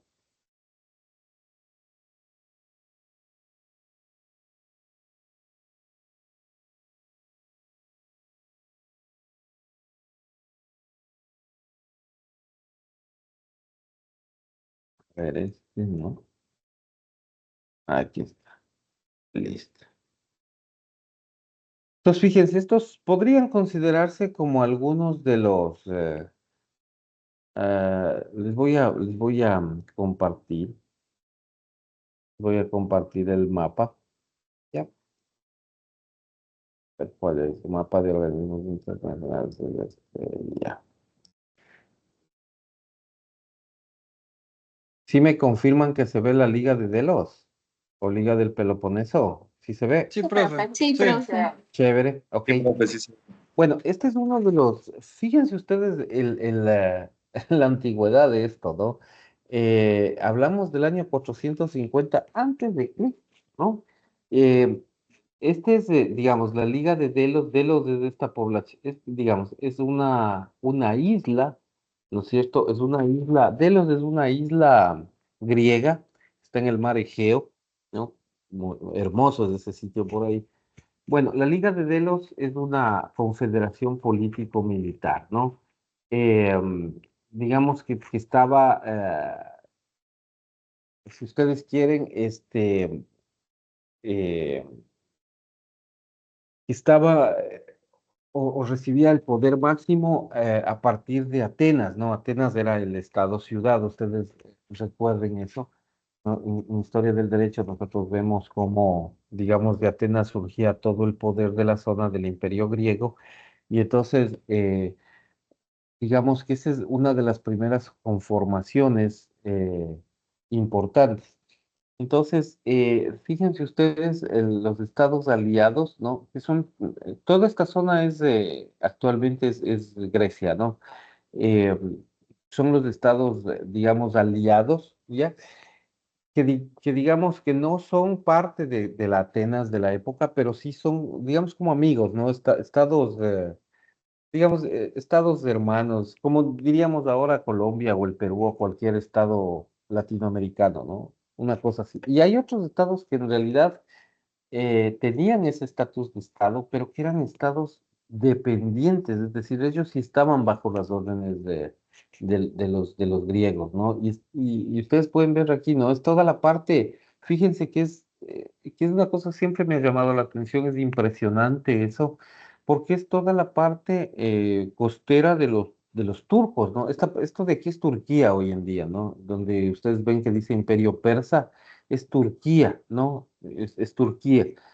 Y es gracioso porque esta parte de acá arriba, en cambio, lo que está al norte, donde ustedes ven como Tracia y lo que ven como Macedonia, esto era Yugoslavia, que es el mapa justamente que vimos anteriormente, ¿no? Tracia es Serbia hoy. Esto es Serbia, ¿no? Es Serbia y esta es la parte, digamos, sur de lo que era Yugoslavia, que es Macedonia. Em, es súper interesante esto, o sea, como un análisis político. Es súper interesante. Es para hacer una tesis lindísima sobre historia del derecho, pero bueno, eso no, la gran mayoría no le interesa mucho este tema. Pero este es como un antecedente, la Liga de Delos o la Liga del Peloponeso es un antecedente de lo que serán luego las organizaciones internacionales, ¿no? Y cómo se van conformando, ¿ya? Em, la Liga de Delos del Peloponeso es un ejemplo de una confederación, ¿no es cierto? Que era una confederación a la que se le llama en historia del derecho una liga ansiática, ¿no? Ansiática que es dependiente de la civilización griega, eh, que surge, digamos, en siglo 450, llega hasta el siglo XII y alcanza su apogeo en el siglo XIV en Europa, ¿no? No constituyen organismos internacionales en realidad por sí mismos, hay que ser, digamos, claros en eso, pero digamos que sí son una especie de ejemplo, ¿no? De ejemplo previo para demostrarles que los estados ya tenían esta idea supranacional de juntarse, de estar, de compartir incluso objetivos comunes. Y entonces esto es bastante interesante, ¿no? Hay, digamos, digamos, esto es lo chévere, ¿no? O sea, fíjense ustedes cómo está la conformación de hoy, ¿no? La parte más clarita es Grecia, ¿no? O sea, cómo está ahora y cómo ustedes ven que se podía, digamos, organizar el territorio, ¿no? Actualmente, ¿cómo está y cómo era antes, ¿no? Eh, es bien particular, ¿no? Eh, y esta es la famosa Liga Hanseática, ¿no? Que es, digamos, ya vista en perspectiva. Ustedes se pueden dar cuenta, ¿no es cierto?, de todo lo que actualmente está asociado, ¿no? Esta es la parte norte, si ustedes se fijan, la Liga Hanseática tiene que ver mucho con Holanda, Alemania, Suecia, Polonia, Letonia, Estonia, que son países nórdicos, no todos, perdón, es el mapa, ¿no? Y todos costeros, además, porque esto tiene una razón de ser, la verdad, que es el tema del comercio. Entonces la navegabilidad era muy trascendente a inicios de la historia. Entonces, claro, ahí estamos asociados con un tema comercial sumamente potente. Alguien tenía la mano levantada, no le alcancé a ver quién era, para que Profe, formular yo alguna pregunta. ahorita, Señor yo, Ramírez, digo, digo. es que tengo una duda, solo que no sé si lo habrá hablado, se me fue el internet un momento, como unos 3 minutos, no sé si lo habrá comentado, pero yo tenía Dígame, no una hay pregunta problema. o sea,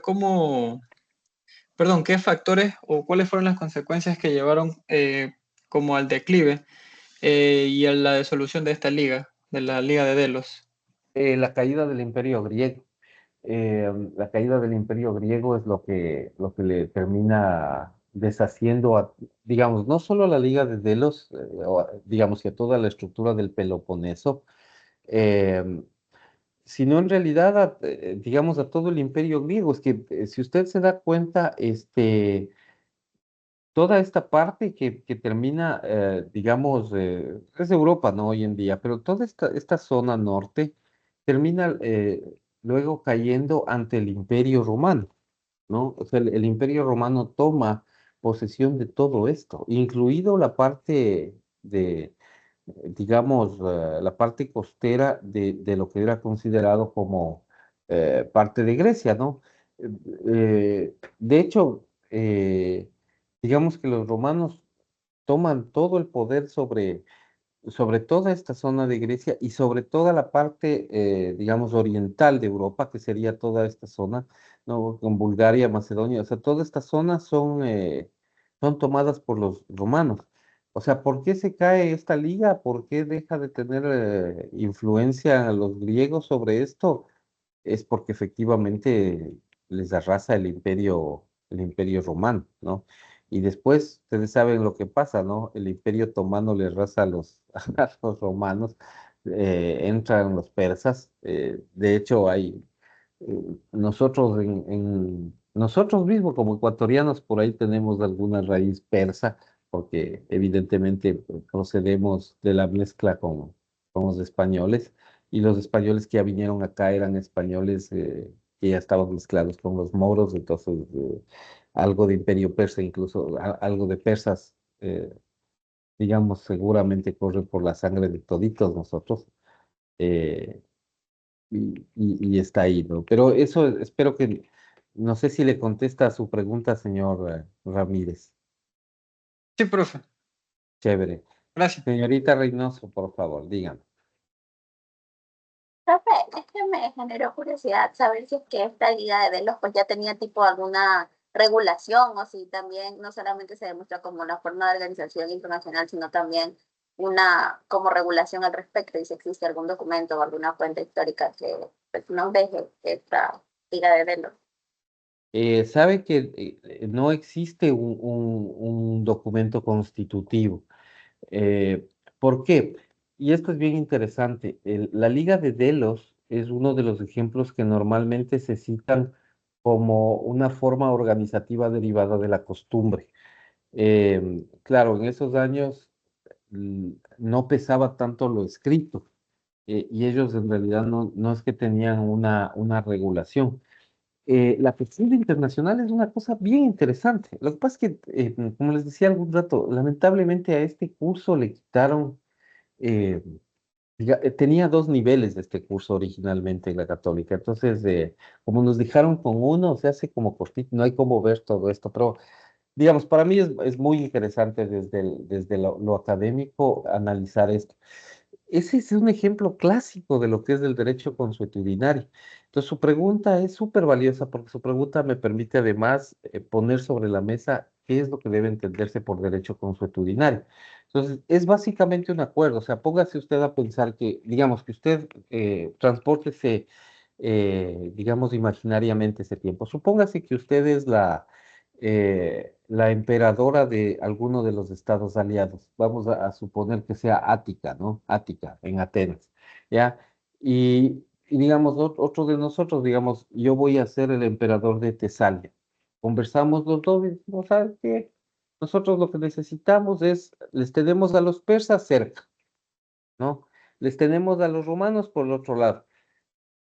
Hagamos un pacto, o sea, tú tienes un ejército con tantas personas, tienes tantas armas, no sé qué, yo tengo esto, acordemos, si ellos nos atacan, digamos, entran por Tesalia, defiendo yo, si entran por el mar y intentan entrar por Ática, defiendes tú. Esa es digamos, la idea, ¿no? Y de ahí políticamente nosotros podemos hacer cosas para irnos desarrollando juntos, digamos, ¿no? Podemos hacer cuestiones comerciales, nos vendemos productos entre nosotros, digamos, nos intercambiamos cierto tipo de cuestiones. Siempre habían cosas cooperativas, ¿no? Como, eh, por ejemplo, personas de obreros para hacer construcciones grandes, se intercambiaban los unos a los otros. eh, Siempre había este tipo de micro cooperaciones, ¿no? Entonces, fíjese usted qué interesante eso. No había un documento escrito, ¿no? O sea, no es que existe eso, sino que, claro, las tradiciones orales nos han ido llevando a eso.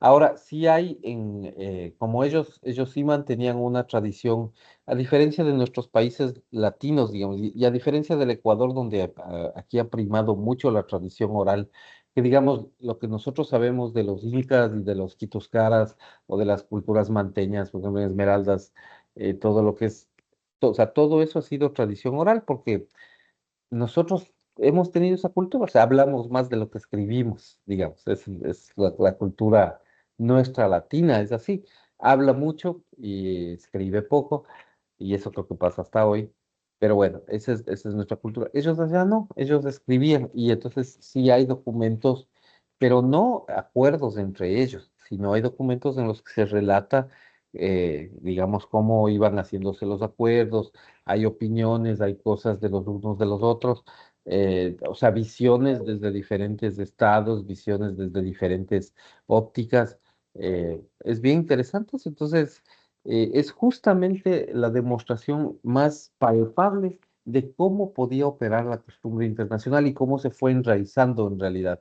Después de esto, digamos que quedará como una estructura propia de la organización de los estados, pero en principio son acuerdos tácitos, ¿no? O sea, acuerdos de voluntades en los que no hay un documento escrito. No sé si eso le deja, digamos, le contesta su pregunta, señorita Reynoso. Sí, profe, gracias. Chévere, ok.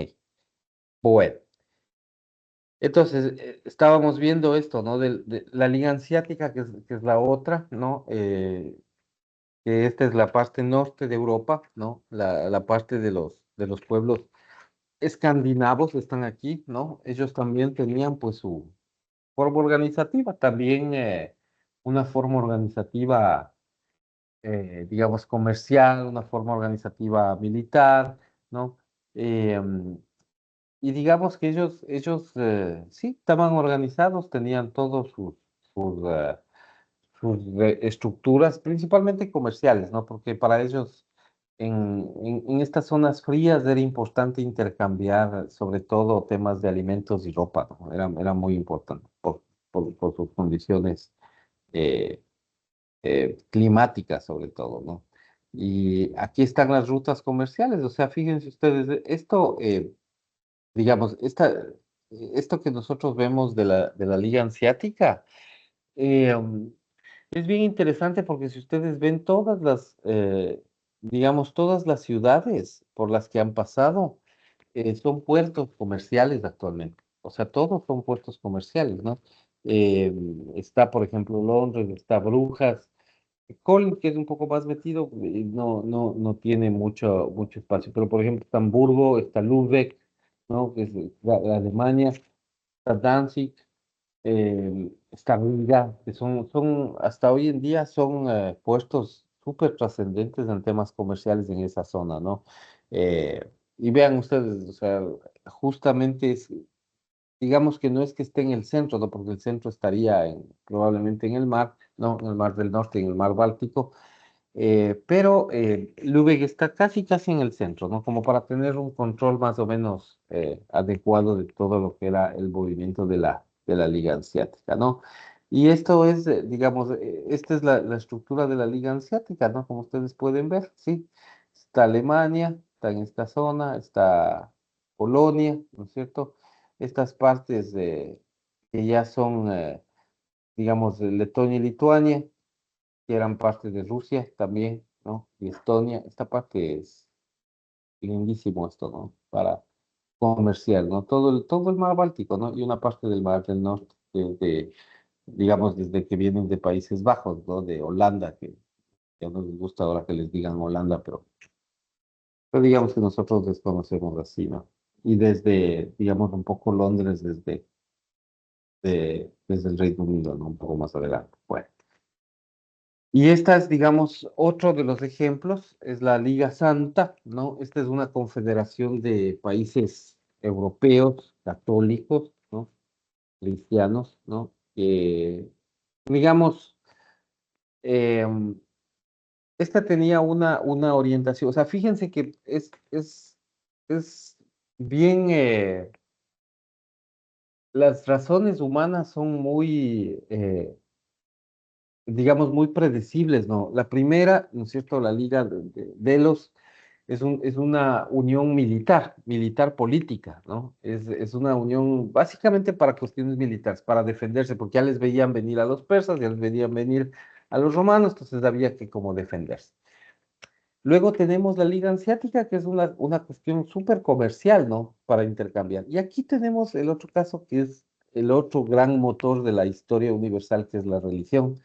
Entonces, esta es una liga hecha, digamos, para combatir la arremetida del Imperio Otomano, o sea, de los turcos, ¿no? Que ellos venían con otra estructura religiosa, ¿no? Una estructura musulmana, o sea, otra cosa. Y entonces ellos venían con, digamos, avanzando con su parte religiosa. Y aquí nos aparece, pues, en esta Liga Santa, ¿no?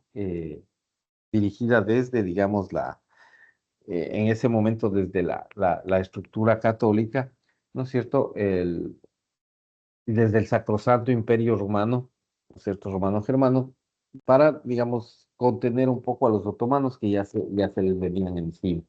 Entonces, aquí están, digamos que los países que mantienen una condición religiosa, ¿no? De alguna manera. Los otros, digamos, estos amarillos son como independientes, ¿no? Polonia y todo, o sea, todos son como independientes. Pero aquí tenemos, digamos, em, los que podrían considerarse como católicos y los ortodoxos, ¿no? Que es la parte ya que llega hasta Rusia, ¿no? Estos ortodoxos, estos cafés. Y estos, digamos, moraditos son los católicos, ¿no? Está toda la estructura. Los otomanos, digamos, que vienen de Turquía, como ustedes ven, ya incluso digamos que esta es, si ustedes se fijan aquí, esta era la parte de Grecia, ¿no? Esta parte sí es Grecia, ¿no? Es la parte de Grecia. Y esta es Turquía, pero ya Turquía está tomando todo, absolutamente todo, ¿no? El Imperio Romano ha llegado por aquí, ha ido avanzando, y digamos que el Imperio Romano sí tomaba todo esto, ¿no? O sea, hasta aquí toda esta parte verde de este sector era tomado del Imperio Romano, pero digamos, ya los otomanos, que son los que vienen avanzando temporalmente, ya alcanzan después, claro, toparán España incluso, ¿no? O sea, avanzarán totalmente toda Europa y toparán España. Esa es la idea, ¿no? De cómo han avanzado estos imperios. Pues esta es la famosa Liga Santa, ¿no? Que es, digamos, son algunas de las organizaciones previas a la Liga de las Naciones, que es digamos, la base, ¿no? Entonces, bueno, estas que hemos visto, como les decía, son organizaciones que podrían considerarse como antecedentes del derecho internacional y de las organizaciones internacionales de derecho internacional público, ¿no? Digamos que es la idea. A ver, tengo alguna... eh,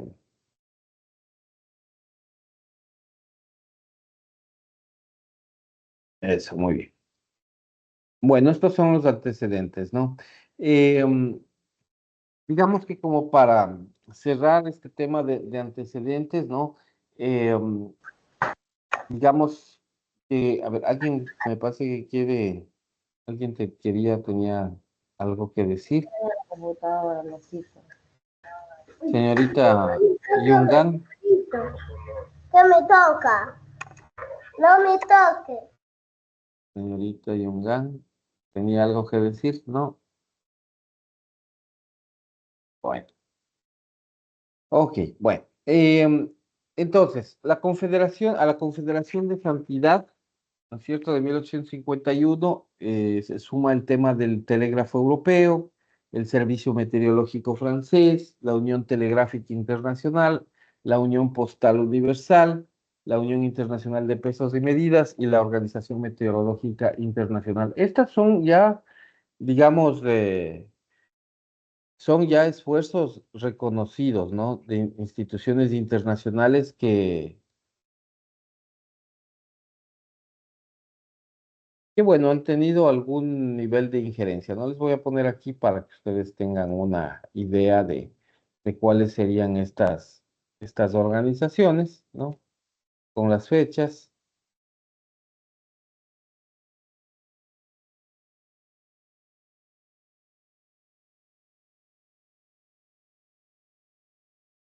Son en realidad ya más actualizadas, ¿no?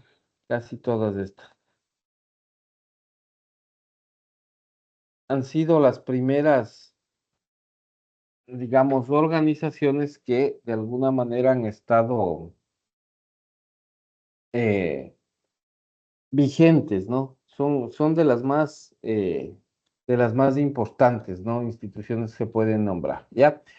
Y entonces, este término, el organismo internacional, es un término moderno, surgido de ciertos parámetros estructurales, ¿no es cierto? Dentro del siglo XX, ¿no? Y esto, digamos que nos va a dar como resultado el caso de la Sociedad o Liga de las Naciones, ¿no? La Sociedad o la Liga de las Naciones, que esa es, digamos que, la entidad internacional por excelencia.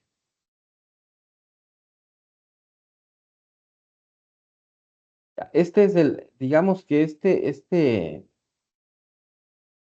organismo internacional es el antecedente inmediato de las Naciones Unidas, ¿ya? La Sociedad o Liga de las Naciones se conforma a raíz de la devastadora Primera Guerra Mundial del 14, ¿no es cierto? Y es, digamos que, eh, es la primera estructura básica, ¿no? Dura desde 1919 hasta 1946 y sienta las bases de la estructura moderna, ¿no?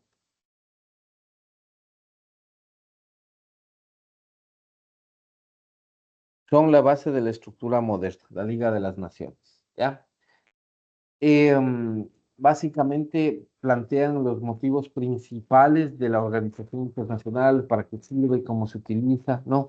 La institucionalización y la preponderancia actual de los organismos internacionales son una manifestación expresa realmente de la consolidación del sistema multilateral como el rector. Si multilateral me refiero a que hay muchos estados y hay muchas formas de ver y hay diferentes entidades desde diferentes partes que en 1945 explotan a través de las relaciones internacionales con el llamado derecho internacional público contemporáneo ya basado en el derecho de los estados, ¿no? Que esto es algo que ya hemos visto. Las Naciones Unidas se crean en ese año, en el 45, ¿no? Y se produce ahí una transición, ¿no? Entre el fin de la Liga de las Naciones, el inicio de las Naciones Unidas, que es, digamos, la entidad, el organismo por excelencia.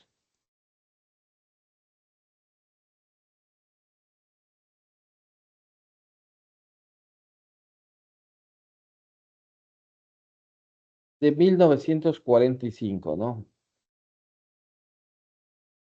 Entonces ellos digamos que son la entidad por excelencia, la entidad más básica, la entidad más importante, ¿no?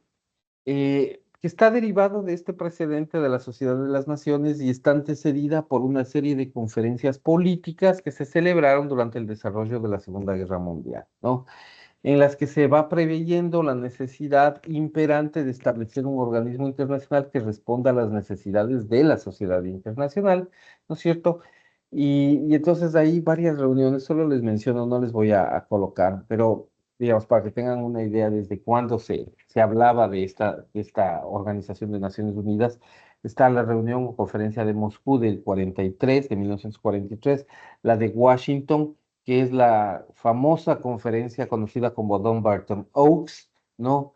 Porque fue celebrada en ese sitio, no por ninguna otra razón, pero estuvo en Washington, D.C., en Estados Unidos, en el 44, y la conferencia de Yalta en Crimea, ¿no?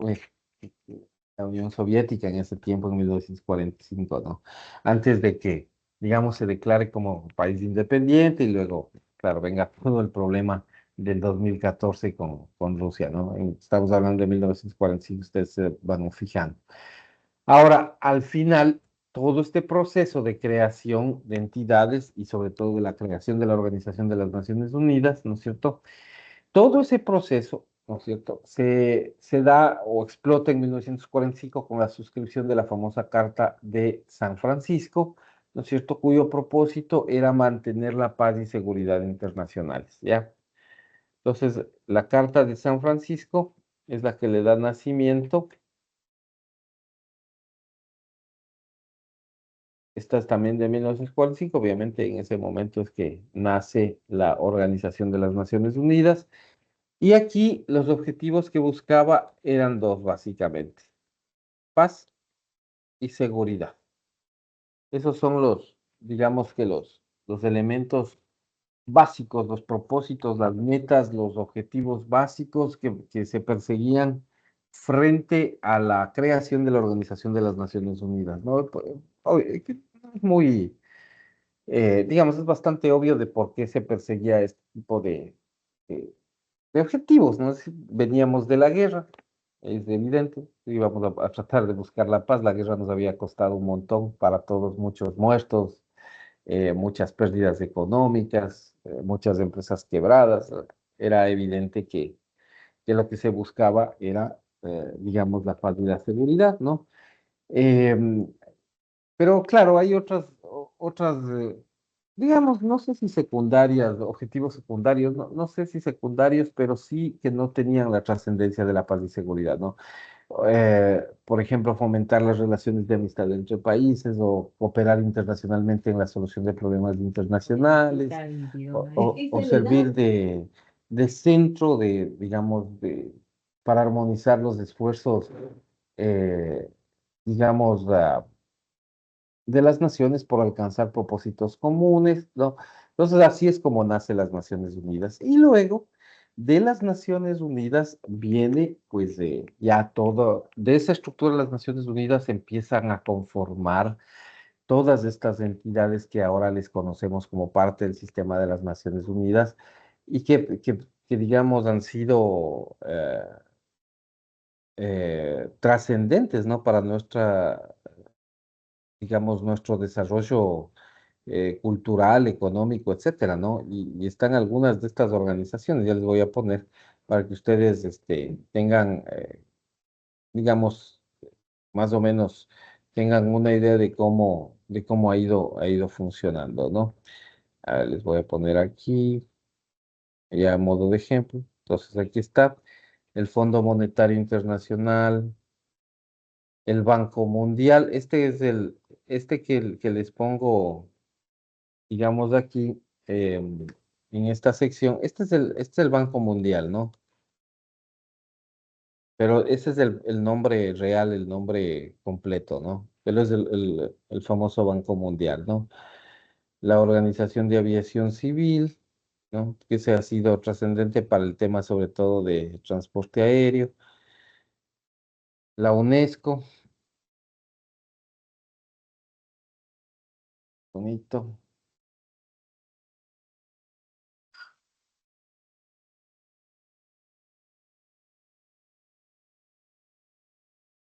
Ellos, digamos que todas estas son entidades dependientes de las Naciones Unidas o que se han conformado en el seno de las Naciones Unidas, ¿no?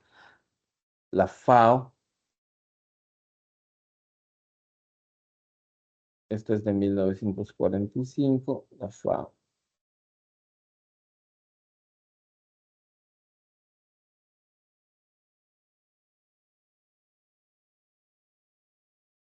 La UNICEF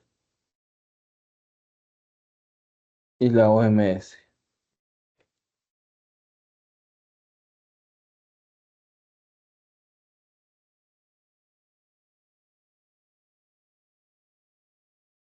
Estas, digamos, aquí ustedes ven que muchas de estas sí les conocen, ¿no? Ustedes les conocen bien.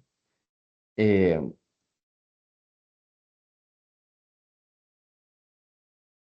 Ustedes les conocen bien a estas instituciones y son las que han derivado directamente de las Naciones Unidas. Hay unas tres, digamos, que son adicionalmente, que vale la pena citarles, que son adicionales, pero que no han surgido como parte de de las Naciones Unidas, ¿no? Estas son organizaciones digamos, del sistema ONU, ¿no? Les voy a poner aquí para que no se confundan. Son del sistema ONU, que se han creado a partir de las reuniones que organiza la ONU, pero hay otras entidades que digamos, son otras organizaciones que vienen de otro nivel organizativo,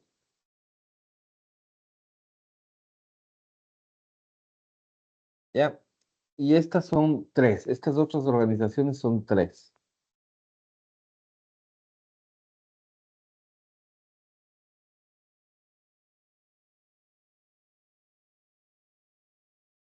que son la Organización Mundial de Comercio, la Organización de Países Exportadores de Petróleo, la OPEP, y la Organización del Tratado del Atlántico Norte, la OTAN, que es precisamente uno de los actores más activos en lo que sucede ahora en Ucrania, ¿no? La guerra de Ucrania. Y finalmente hay agremiaciones regionales. Y entre esas agremiaciones, digamos que regionales, están básicamente dos, ¿ya? Que es la Unión Africana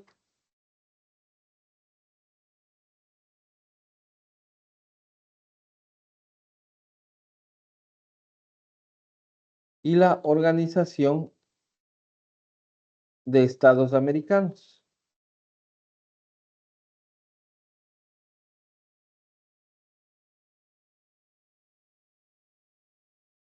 Y son agremiaciones, digamos, de países para mantener la organización administrativo-política en las regiones, tanto en Europa como en América.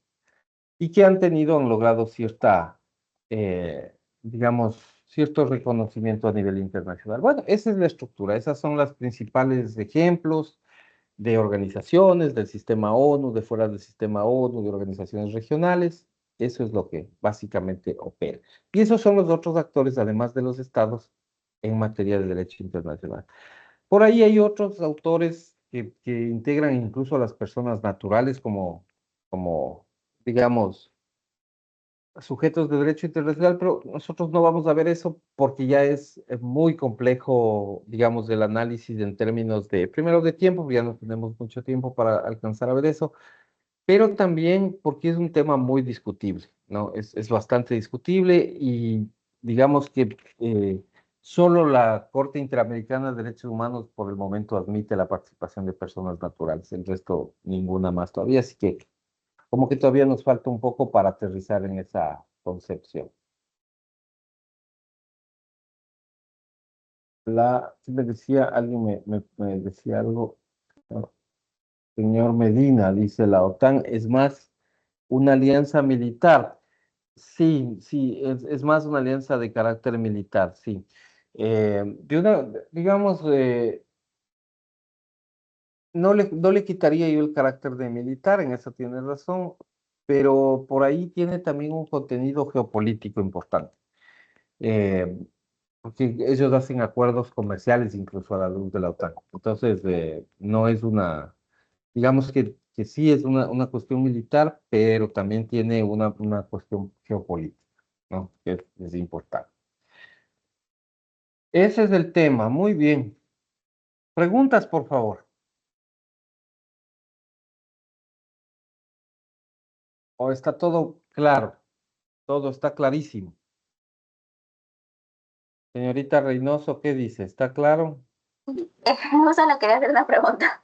O sea, ¿cómo? No, creo que no hablamos de eso, pero ¿cómo se financian estas organizaciones? Y digamos, si la forma en la que se financian de alguna forma puede afectar en la eficacia de estas. Claro, y es una gran pregunta, ¿no? Se financian con fondos que los estados depositan, ¿no? Incluso hay un acuerdo sobre eso, ¿no? Por ejemplo, en el caso del Fondo Monetario Internacional, del Banco Mundial, incluso yo les diría del Banco Interamericano de Desarrollo, que es una organización como fuera del sistema ONU, todos esos reciben aportes de los estados. Obviamente hay estados que tienen más dinero y esos aportan más. Obviamente, si usted aporta más, como pasa en cualquier entidad, va a tener más poder de decisión, ¿no? Esa es la consecuencia, ¿no? Eso básicamente. No sé si eso le contesta a su pregunta. Sí, ¿Sí? profe, gracias. Chévere. Señorita Mendoza, ¿qué dice usted? ¿Entendido? ¿Alguna pregunta? Sí, profe, todo entendido hasta ahorita. Ok, Profe, chévere. Por favor. referente a lo que usted le contestó a la compañera Camila, entonces mientras el Estado tiene más dinero, aporta más. Ujú, sí, efectivamente. Mientras, mientras el Estado tiene mayores recursos económicos, por lo general va a aportar. Es que este es un tema que tiene que ver con la cuestión política, ¿no? con la incidencia que pueden tener un estado sobre otro. Si usted tiene más dinero, simplemente usted va a invertir una mayor cantidad de dinero porque espera una retribución más alta, ¿no? Y una exigencia mayor. ¿Eso va a pasar siempre? Sí, sí. O sea, normalmente eso es algo que sucede. Digamos que hay muchos países que hacen unas aportaciones de dinero muy importantes, empezando por los mismos Estados Unidos, ¿no? Siempre aportan una buena cantidad de dinero porque tienen interés también en que efectivamente en algún momento sus intereses económicos también se vean protegidos. Eso es una cosa que siempre va a pasar. O sea, el Ecuador, por ejemplo, es un país que, digamos, tiene recursos escasos, no vamos a hacer aportaciones trascendentes. Eso es algo que está así y que no podemos evitarlo, lamentablemente.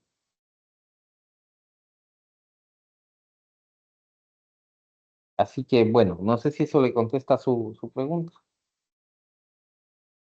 Sí, profe, muchas Sí, gracias. Sí. chévere. Ok, bueno, vamos a ver, ¿qué dice el señor Cajía?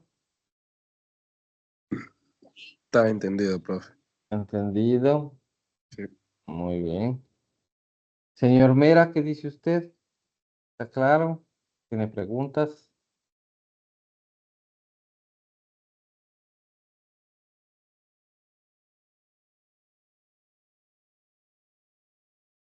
Nada. Señorita Ollarvide, ¿qué dice usted? Sí, profesor, todo está entendido. Todo entendido. Señor Medina, Sí, profe, todo entendido. ok.